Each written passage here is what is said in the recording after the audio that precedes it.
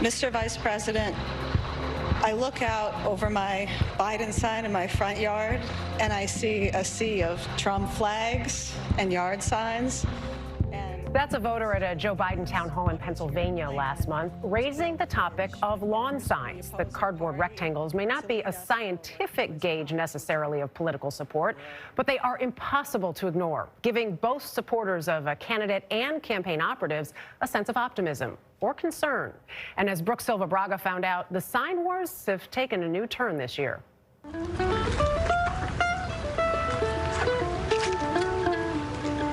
It's hard to say if they prove anything about the direction of an election. Just the same as like putting out the American flag, you know, showing what side you're on. But these October ornaments for our divided times, I love to decorate anyway, may be the simplest, most public way to make a political stand. And I said, you know, we had a smaller sign in 2016. It's 2020, we have a big sign. Political yard signs have long dotted the American landscape, but 4 years ago, something seemed different. How long have you been into the signs?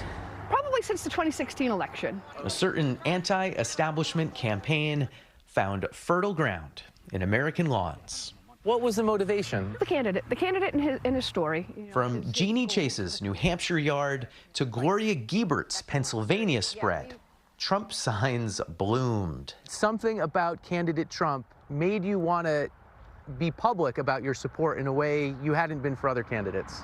a lot of people were getting disgusted with politicians in general. They say one thing and do another thing. I'm getting goosebumps because this man, I'm telling you, we just have a lot of faith in him. But the carpet of signs from the master marketer did not sit well with Mark Graziadillo. The other party gave him out like candy. He's the Democratic chairman for Wayne County in rural northeast Pennsylvania. Yes, it's a Republican stronghold, but Graziadillo knew there was another reason his party got trounced in the 2016 sign war. Even in states like Pennsylvania, where Trump won the vote by less than 1%. We were unable to get signs, and people... Wait, what does that mean, unable to get signs? The campaign just wouldn't provide them for us. They thought the signs were a waste of time?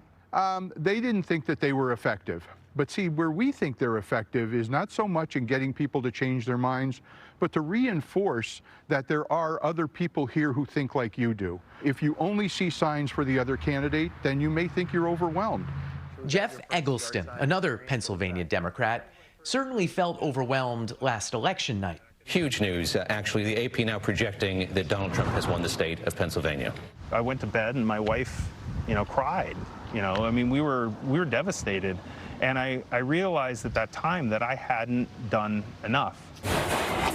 So when 2020 rolled around, Eggleston, who's long supported Democratic campaigns, decided the contribution he could make was designing and printing his own Joe Biden signs. I did one delivery around the state. How many signs? 12,000. Okay, that's a lot of signs. That was a lot. I was doing cartwheels down the street. I was telling everybody, I delivered 12,000 signs, Before you knew it, all these people saw them and said, hey, I want those signs. And so then we did an order for 30,000, then we did an order for 40,000, and then we did another order for 20,000. Who's we? Well, me. And that was how Jeff Eggleston came to drive 4,000 miles across Pennsylvania and deliver nearly 150,000 Joe Biden signs, defying his party's conventional wisdom. From my experience, it started with the Obama campaign, and it became like a dogma within the campaign community that you just don't deal with it at all. Why? The Democratic Party can be very cerebral. We've done studies that show if you call somebody, this percentage of the time you can sway them. When someone puts a yard sign in the yard, it's really hard for us to quantify what the effect is that has on people. So do they prove anything about the direction of an election? Columbia University professor Donald Green is one of the few to seriously research the answer. We found an average effect of about a 1.7 percentage point boost. So a candidate who would ordinarily get 48.3 would get 50.0. In a close race, that could make the difference. But the research tracked small local elections. Green hasn't studied the impact on presidential races because of a legal obstacle. We have a bit of a difficulty where we can't use university funds to buy lawn signs. You would need someone to donate the signs. That's right. Getting to the bottom of this is something we certainly can do. For now, the best evidence of at least their psychological impact may be how opponents treat them. Vandalism has become a bipartisan vice, which only makes the Wagner-Floyd household that much more remarkable. All our neighbors think we're crazy. Yeah, they don't understand it. Joe Wagner and Megan Floyd are lifelong best friends and co-owners of this house in Johnstown, Pennsylvania, with a conspicuously divided front yard. So where are we now with the signs? We got 3 each, right? 3 each and then your and a flag. They've been matching each other sign for months, and yet somehow have not let the names on the cardboard come between them.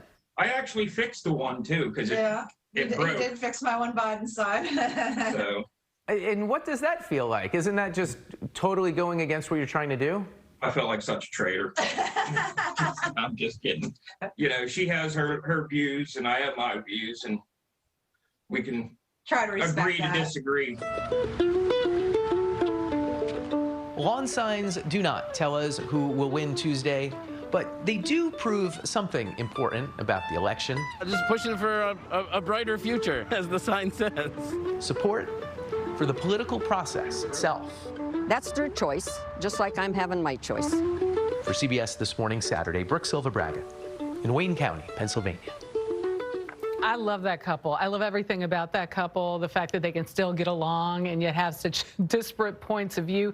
But here's the bottom line with lawn signs. You leave nothing on the table in a campaign. And if you have the money, you know, you need to spend the money. And I think that a few elections ago, you know, folks thought the money should go elsewhere. It's a reminder. It just stands out. It's in your mind. Really I don't know what impact it has, but it's there. Yeah, there it is. It's still nice that Joe helped Megan. It is. I love That's right. that. I love that. Fine. Come on.